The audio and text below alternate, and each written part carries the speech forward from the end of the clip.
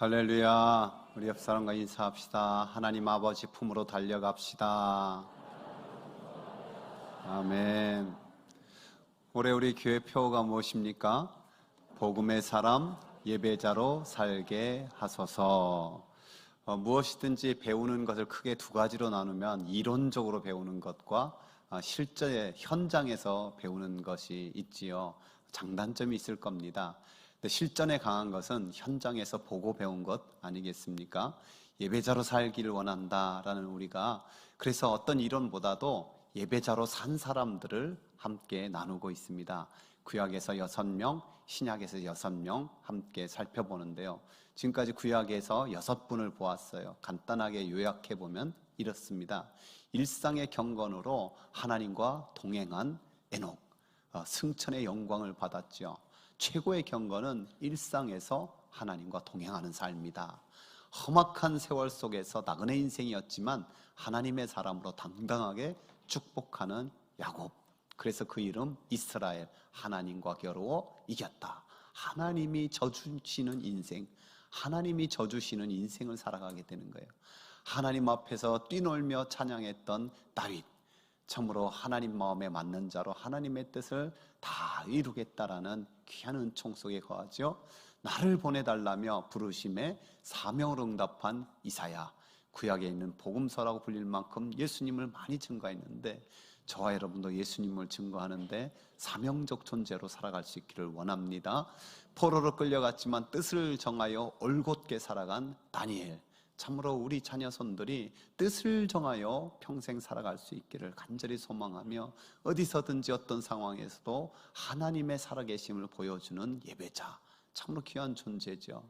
영성과 전문성으로 52일 만에 성벽을 재건한 느헤미야, 이를 통해서 우리도 기도의 중요성을 또다시 발견하면서 중간 목표와 최종 목표가 있는 삶, 그것이 하나님 앞에 예배자로 드려지는 것 함께 나누었습니다. 오늘부터는 신약을 살펴보려고 하는데요. 구약 마지막에 하나님께서 고백을 해요. 내가 너희를 사랑하노라. 그런데 이스라엘 백성들이 그 하나님의 사랑 고백에 오히려 항의를 해요. 하나님이 어떻게 우리를 사랑하셨습니까? 하나님이 언제 우리를 사랑하셨습니까? 하나님께서 기가 막히셔서 말씀하지 못했어요. 그 기간이 무려 400년. 그래서 우리는 구약의 마지막 말라기와 신약의 마태복음, 이 복음서가 생긴 기간을 400년 중간기라고 불러요. 중간기. 이 중간기 400년의 하나님의 침묵이 끝나고 하나님께서 또 직접 임하시는 구원의 귀한 역사가 있는데 한 사람을 보냄으로 그것을 열어가는데 요한이죠. 요한의 이름 뜻이 뭐냐면 하나님께서 사랑하는 자예요.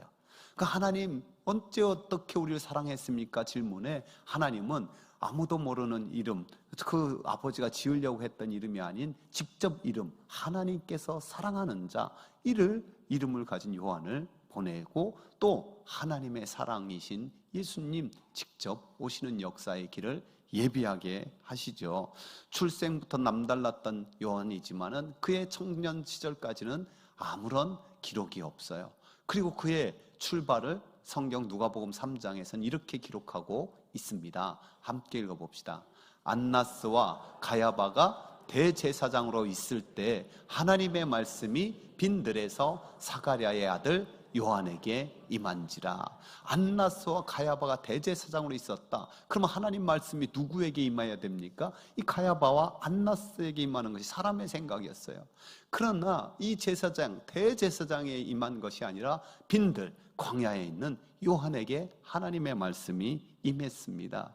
참으로 영적인 그 암울함과 말씀의 기갈에 시달리는 백성들을 보면서 안타깝게 그 빈들에서 광야에서 부르짖는 이 요한에게 하나님의 말씀이 임한 거예요. 여러분, 대표적인 사건이 구약에서도 우리가 요즘 묵상하는 사무엘상에 나타나지 않습니까? 엘리 제사장에게 하나님 말씀이 임하는 것이 아니라 어린 사무엘에게 임하는 거예요. 오늘도 마찬가지죠. 목사에게 무조건 하나님 말씀이 임합니까? 장로라고 권사라고 집사라고 무조건 하나님 말씀이 임합니까? 아니에요. 진심으로 하나님 말씀을 사모하는 그 가운데 그 심령에 하나님의 말씀이 임하고 하나님의 말씀이 들리는 거예요. 그러니까 여러분의 저와 평생 남은 기도 제목 중에 하나가 하나님 말씀이 임하는 사람 되게 하여 주옵소서. 하나님의 말씀이 들리는 그 한 사람 되게 하여 주옵소서. 이게 우리의 간절한 기도 제목이 되어야 돼요. 요한이 있었던 빈들, 이 광야, 원어로는 미드바르라는 말인데요, 이 미드바르가 어원이 뭐냐? 다바르에서 나왔어요. 다바르. 이 다바르가 뭐냐면 말씀이에요. 그러니까 광야 빈들은 척박한 땅, 황량한 땅이라기보다는 히브리적 사고에 의하면은 하나님의 말씀이 있는 거예요, 중간에. 왜? 그 출애굽 생활을 생각해 봅시오. 광야 그 빈들에서 하나님 없이 살 수 있습니까? 하나님 말씀 없이 살 수 있습니까? 못 사는 거예요. 또 역으로도 그곳이야말로 하나님과 만나는 곳이 빈들, 하나님의 말씀이 들려지는 곳이 광야라는 거예요. 그래서 우리 인생길에 광야가 얼마나 자주 나타납니까? 어떤 분들에게는 건강의 문제가 광야가 돼요. 어떤 분들은 경제적 빈과 사업의 어려움이 빈들이 될 수 있어요. 어떤 분에는 자녀의 문제가 광야가 돼요. 어떤 분은 인간관계의 외로움과 고독, 인생의 허무가 빈들과 광야가 된다는 거예요. 그러나 하나님의 사람에게는 그 가운데가 언제냐? 하나님을 만날 때예요. 하나님의 말씀을 받을 때예요.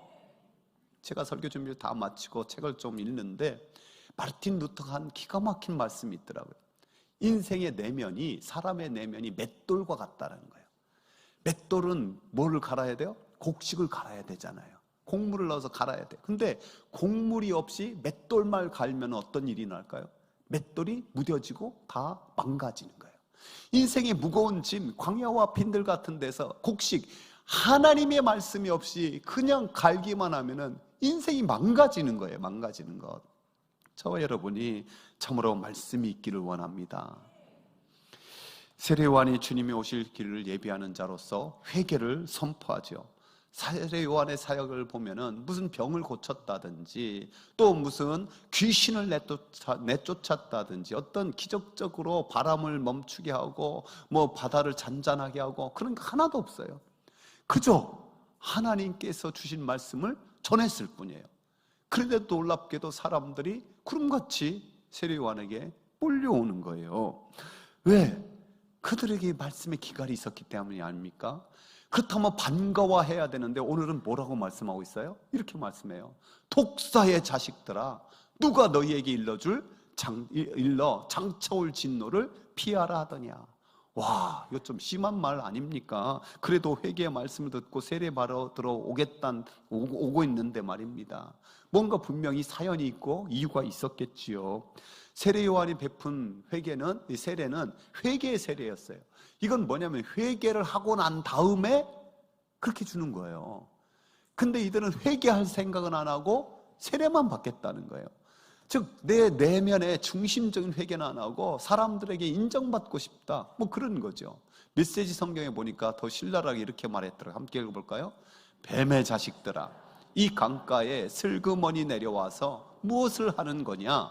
너희 뱀가죽에 물을 좀 묻힌다고 하나님의 심판을 비켜갈 것 같으냐. 파스칼의 한 말이 이 말씀에 좀 이해하는 도움이 되는데요. 인간들은 마음의 상상력을 발휘한다. 그리고 자신들이 회심을 생각하는 순간 회심되었다고 믿을 때가 많다. 무슨 말이냐면 누구를 생각해서 불쌍히 여기는 마음이 생각나면은 난 참 착한 사람이야, 이렇게 착각하기 쉽다는 거예요. 아무 도움도 안 주면서. 마찬가지로 회개했다고, 죄를 깨달았다고 해서 이미 다 회개한 것처럼, 다 용서받은 것처럼 이렇게 착각하는데, 이게 뭐냐? 사탄의 가장 전략적인 속임수라는 거예요. 그러니까 우리가 착각하지 말아야 돼요. 나는 그저 좀 회개한다고, 난 죄인이야, 요 정도 생각 가지고 그냥 모든 죄가 사함받고 모든 죄가 다 회개됐다고 생각하는 것, 사탄의 속임수에 빠져들이는 거예요. 그래서 지금 사도 요한이 이렇게 독사의 자식들하고 외치는 것은 진짜 회개하라는 초청이지요. 더 무서운 회개하지 않으면 도끼가 나무 뿔에 있고 지옥불을 상상하는 그 말씀을 그래서 전하고 있답니다. 요한은 회개하라고 주의 오실 길을 준비하는 거였지만 대다수의 바리새인과 사두개인들은 주님을 뵙고도 회개하지 않아요. 그 주님이 안타깝게 외치는 말씀이 무엇입니까? 화 있을진저 외식하는 서기관과 바리새인들이여, 잔과 대접의 것은 깨끗이 하되 그 안에는 탐욕과 방탕으로 가득하게 하는도다. 여러분, 그럼 종교 지도자들만 회개하면 될까요? 당시 일반 사람들이 주님 앞에 이런 질문을 한 적이 있어요. 주님, 저 갈릴리에 큰일이 일어났습니다. 빌라도 저 못된 놈이 사람들 수천 명 죽이고 그 피를 묻혀서 제단에 지들 제사를 드렸습니다. 사람 피로 제사 드렸습니다. 어떻게 인간의 탈을 쓰고 저럴 수 있습니까? 그런데 말이죠, 저 빌라도도 워낙 나쁜 놈이겠지만은 그 갈릴리 사람들도 죄가 많아서 저런 벌을 받는 거 아닙니까? 그럼 주님이 뭐라고 대답하셨습니까? 좀 길지만 함께 읽어봅시다. 너희는 이 갈릴리 사람들이 이같이 해받음으로 다른 모든 갈릴리 사람보다 죄가 더 있는 줄 아느냐? 너희에게 이르노니 아니라. 너희도 만일 회개하지 아니하면 다 이와 같이 망하리라. 또 실로암에서 망대가 무너져 치여 죽은 18사람이 예루살렘에 간 다른 모든 사람보다 죄가 더 있는 줄 아느냐? 너희에게 이르노니 아니라. 너희도 만일 회개하지 아니하면 다 이와 같이 망하리라. 지금 우리는 1년 이상 전쟁으로 고통당하는 우크라이나 땅을 바라봐요. 또 최근에 4만 명 이상 지금 확인된 사상자만 그렇게 있는 저 트르키예와 또 시리아의 지진의 참사를 바라봐요. 여러분, 이런 일이 전에도 쓰나미 있고 지진 있고 그럴 때 저들이 회개하였어요, 죄인이라 그렇다, 이런 소리가 종종 있었잖아요. 얼마나 가슴 아픈 소리였어요. 여러분, 그런 소리 하기 전에 철저하게 주님은 우리가 우리의 죄 회개하기를, 진짜 회개하기를 원하신다, 이것을 우리는 잊지 말아야 한답니다. 지난 코로나 3년 기간 예배에 많은 사람들이 참석하지 못했고 또 전도도 안 돼서 새가족실이 텅텅 비었어요. 그럴 때 한 사람 한 사람 오는 사람은 더 귀해 보여요. 그렇잖아요. 여러분, 근데요, 그렇게 새가족이 우리 교회 최고의 VIP인데 새가족이 왔을 때 제가 독사의 자식들아 이러면 어떡하겠어요? 아니면 우리 표현대로 하면은 이 개 자녀들아 너희가 심판을 어떻게 피하느냐, 이러면 어떡하겠어요? 아마 내가 다시는 교회에 발을 들여다보는 이렇게 하지 않겠습니까? 그런데 놀랍게도요, 세례 요한은 엄청난 말을 하는데 사람들이 잠잠해요. 왜 그랬을까요? 참으로 그들에게 말씀이 찔림도 도 있을 수 있었겠지만은 이 세례 요한에 참으로 하나님께 붙들림 받은, 하나님 앞에 사로잡힌 받은 그 놀라운 말씀의 권세가 있었기 때문에, 그 권세가 어디서 나왔느냐? 성경이 이렇게 말씀하는데요, 함께 읽어볼까요? 이는 그가 주 앞에 큰 자가 되며 포도주나 독한 술을 마시지 아니하며 모태로부터 성령의 충만함을 받아 이스라엘 자손을 주 곧 그들의 하나님께로 많이 돌아오게 하겠습니다. 모태로부터 성령의 충만함을 받았고 그 빈들에서 하나님 말씀을 직접 경험하고 받아서 전하는 거니까 우리에게도 올해 한 영혼은 전도하기 원하잖아요. 저와 여러분이 성령으로 충만하기를 축복합니다. 요한이 회개 세례를 베풀었는데요, 이 회개 세례 자체가 깨끗하게 하는 능력이 아니죠. 예수 그리스도의 보혈밖에 없는 줄 믿습니다. 요한은 어쨌든 단지 입술의 회개가 아니라 회개에 합당한 열매까지 맺는 참된 회개가 있어야 됨을 강조하고 있어요. 놀랍게도 이 메시지에 사람들이 반응해요. 그러면 우리가 무엇을 해야 하리까? 무리들이 물어볼 때 세례 요한은 이렇게 대답합니다. 옷 2벌 있는 자는 옷 없는 자에게 나눠줄 것이요 먹을 것이 있는 자도 그렇게 할 것이니라. 이게 뭐예요? 사랑의 나눔, 사랑의 섬김, 이게 회개에 합당한 열매다. 우리가 오늘 주일을 헌금을 아마 잘 준비하여서 이 투르키예와 그리고 시리아를 위한 헌금으로 드렸을 거예요. 이것이 회개에 합당한 열매. 왜? 사랑의 나눔, 사랑의 섬김이 되니까. 그러자 세리들도 질문해요. 선생님, 우리가 뭘 해야 되죠? 너희들이 정한 것 외에 더 많이 받고 더 많이 늑탈하지 말아라. 그러자 또 군인들도 또 와요. 군인들이 와서 또 질문해요. 우리는 또 어떻게 해야 됩니까? 주님께서 조금 길게 말씀하고 계십니다. 사람들에게 강탈하지 말고 거짓으로 고발하지 말고 받는 급료를 족한 줄로 알아라. 여러분, 당시 식민지 시절의 군인들은요, 사실 세리보다 몇백 배 강한 권력이 있었어요. 군인들이 뺐으면 뺏기지 않을 자가 아무도 없는 거예요. 또 군인들이 어떤 좀 밉보인 사람이 있다 고발해버리면요, 검찰이나 판사가 다 그의 편 들지 식민지 백성 편 들 사람이 아무도 없어요. 그러니까 자기 손을 더럽히지 않고 자기 손에 피 묻히지 않고도 얼마든지 그렇게 권력을 행사할 수 있는 것이 군인이었어요. 그런 짓 하지 말라는 거예요. 그리고 있는 것으로 받는 것으로 자족해라. 여러분, 세리와 이 군인들에게 하신 주님의 말씀은 무엇입니까? 공의롭게 살라는 거예요. 우리가 하나님의 성품할 때 대표적으로 딱 두 가지를 말하면 사랑과 공의의 하나님이죠.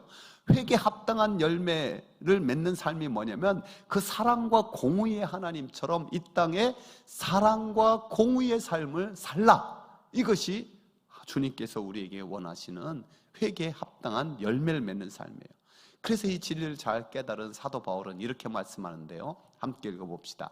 그가 우리를 대신하여 자신을 주심은 모든 불법에서 우리를 속량하시고 우리를 깨끗하게 하사 선한 일을 열심히 하는 자기 백성이 되게 하려 하심이라. 우리를 깨끗하게 하신 것, 참으로 선한 일, 하나님의 사랑의 나눔과 섬김, 공의를 실천하는 이 땅의 삶, 이것을 하는 백성이 되게 하는 거예요.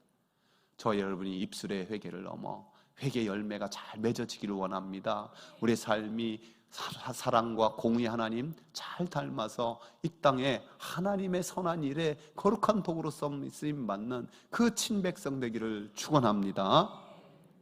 요한의 거침없는 말씀에 사람들이 상상했어요. 우리가 그동안 기다리던 그리스도 메시아가 아닌가.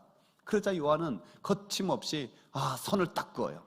나는 장차 오실 그리스도의 신발끈 풀기도 합당하지 않은 자다. 여러분, 신발끈을 누가 풀었을까요? 이 종들이 풀었는데 종들 중에서도 가장 천한 노예가 그 일을 감당했어요. 그조차도 자기는 합당하지 않다, 그렇게 자기를 정의했어요. 성경에 보면 세례요한을 또 광야에 외치는 소리라고 정의하잖아요. 여러분, 소리가 뭡니까? 잠깐 그냥 있다가 없어지는 게 소리예요. 분명히 세례요한은 하나님 말씀을 선포했는데도 그것을 광야에 외치는 소리라고 한 것은 말씀 자체이신 예수님이 올 터인데 그분에 비하면 나는 소리에 불과하다. 마치 태양이 찬란하게 떠오를 때 그 달이나 별이 다 빛을 잃어버리듯이 그와 같은 것으로 자기를 묘사하면서 오직 주님을 높이는데요, 오늘 그가 한 말씀을 메시지상으로 한 번 더 읽어봅시다. 나는 이 강에서 세례를 주고 있다. 이 드라마의 주인공은 너희 안에 천국의 삶과 불과 성령을 발화시켜 너희를 완전히 바꿔놓으실 것이다. 그분께 비하면 나는 잔심부름꾼에 지나지 않는다. 불과 성령으로 세례를 주시고 참으로 하나님의 자녀로 변화시킬 예수님만 바라보게 하고 드러나게 하는 거예요. 그러니까 세례요한이 예수님을 만나자 그는 이렇게 예수님을 소개하고 있잖아요. 요한이 말려 이르되 당신이 내게서 세례를 받아야 할 텐데 당신이 내게로 오십니까? 예수님 세례 받으러 오자 아주 깜짝 놀라서 말하는 거예요. 여러분, 세례 요한의 세례는 이 회개의 세례인데 주님은 죄가 없으신 분이 세례 받을 필요가 어디 있겠습니까? 근데 제가 말씀드렸죠. 이것이 구원의 바톤 터치. 구원의 바톤 터치. 바로 예수님 시대가 활짝 열리는 거죠. 그래서 주님이 세례를 받을 때 성경은 이렇게 기록하고 있습니다. 예수께서 세례를 받으시고 곧 물에서 올라오실 때 하늘이 열리고 하나님의 성령이 비둘기같이 내려 자기 위에 임하심을 보시더니 하늘로부터 소리가 있어 말씀하시되 이는 내 사랑하는 아들이요 내 기뻐하는 자라. 주님은 30년을 무명으로 사시다가 이제 공생애를 시작하면서 하나님 아버지의 응원이 필요했는데 이 세례를 통해서 공식적으로 인정받으면서 이는 내 사랑하는 아들이요 내 기뻐하는 자라 귀한 말씀으로 공생애를 출발해요. 그리고 공생애의 거의 끝부분에 똑같은 말씀이 임해요. 언제냐? 십자가를 바로 앞두고 산에 올라갔을 때 그 모습이 부활체로 완전히 변화되면서 하나님께서 똑같이 이는 내 사랑하는 아들이요 내 기뻐하는 자라. 여러분, 왜 그것이 필요했을까요? 십자가의 길을 갈 수 있는 힘과 능력을 아버지께서 부어주시는 거예요. 오늘이 바로 그 산상 변모 기념주일이에요. 수요일부터 제수요일 사순절이 시작되죠. 그 바로 전에 바로 하나님께서 들려주는 음성이었어요. 저와 여러분에게도 인생의 광야와 빈들에 있습니까? 아니면 내가 십자가를 지려는 사명을 감당하려 합니까? 하나님께서 들려주시는 세미한 음성, 너는 내 사랑하는 아들이다, 내 기뻐하는 자라, 귀한 음성 속에 거할 수 있기를 원합니다. 우리 옆 사람 축복합시다. 당신은 하나님의 사랑받는 아들이요 하나님이 기뻐하시는 분입니다.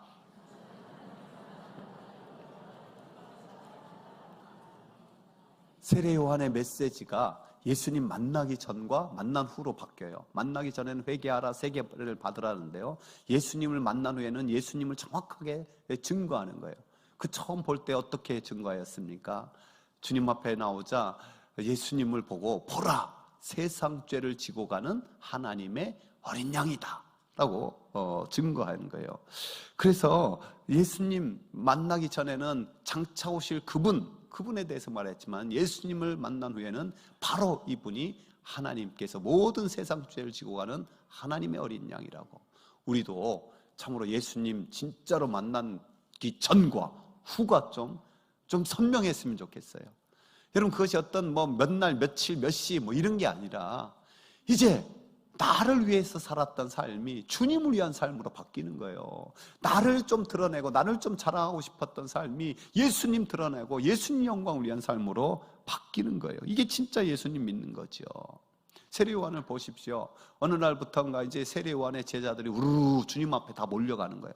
그걸 보면서 다른 제자들이 큰일 났다고, 어떤 조치가 필요하다고, 우리를 따르는 사람이 다 저분에게 간다고. 그러자 세례요한이 뭐라고 말해요?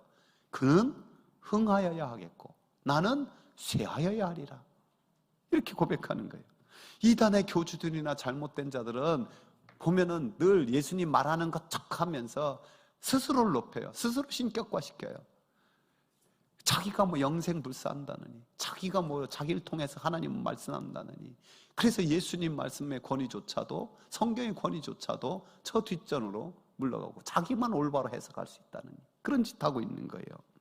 여러분, 예배자로 사는 자들은 잊지 말아야 돼요. 우리가 예배자가 된다는 주님만 높이겠다, 주의 영광만 나타나겠다, 주님만 흥하면 된다, 이것이 우리에게 이 합당한 회개의 열매인 줄 믿습니다. 우리에게도 늘 조심해야 돼요. 때로는 이런 경우 많잖아요. 하나님의 은혜로 됐다고 막 말하면서도 은근히 자기 자랑하는 거. 나는 죄인이에요 하면서도 그래도 속으로는 남과 비교하면서 정죄하면서 장로가 왜 저래, 권사가 왜 저래, 집사가 잡사야, 이러는 거. 이게 사람 상처 주고 정죄하는 거. 또 오른손이 한 걸 왼손이 모르게 하라는 거 모르는 분이 어디 있어요?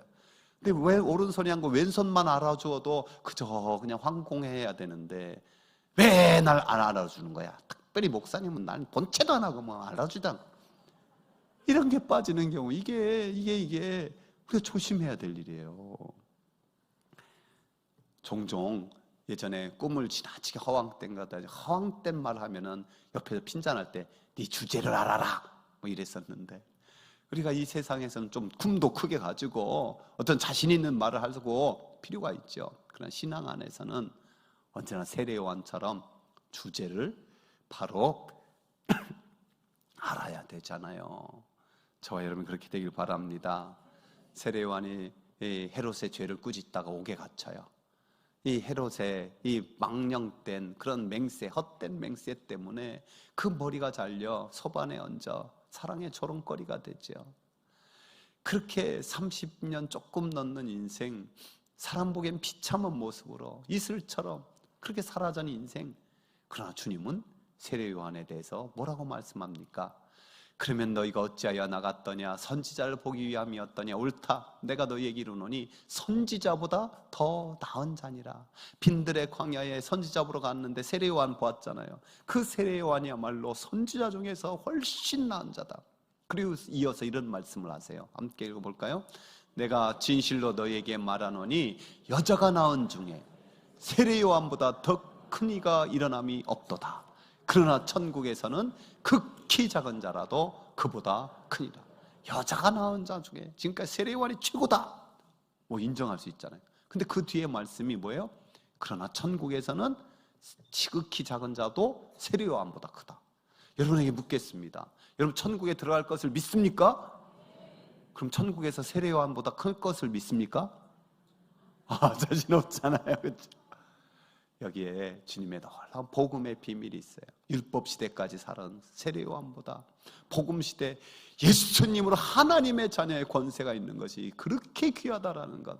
그가 우리가 주제를 안다는 것은 내가 언제나 주님 안에서 세례 요한 같은 자세뿐만 아니라 하나님의 자녀가 됐다는 구원의 감사와 감격이 또 우리 안에 잘 있어야 돼요. 두 번째는 뭐냐면은 왜 주님이 저런 말씀했느냐? 세례 요한은 초림의 예수님을 준비하는 사람이었어요. 근데 그보다 더 힘들고 훌륭한 일이 뭐냐? 재림의 주님을 준비하는 사람. 그 우리가 세례 요한 볼 때마다 제가 늘 강조하는 건데요. 자기의 정체성을 이렇게 가져야 돼요. 세례 요한이 초림의 예수님을 준비하는 자였다면 나는 다시 오실 주님을 준비하는 자로 살겠다, 이거예요. 따라요. 나는 다시 오실 주님의 길을 준비하는 자로 살겠습니다. 주님의 신부로 살겠습니다. 이게 그만큼 귀하다라는 거예요. 저와 여러분이 하나님의 자녀로 회개 합단 열매를 맺으며 사랑과 공의의 삶으로 이 땅에 다시 오실 주님을 예비하는 그런 예배자로 살아가기를 축원합니다.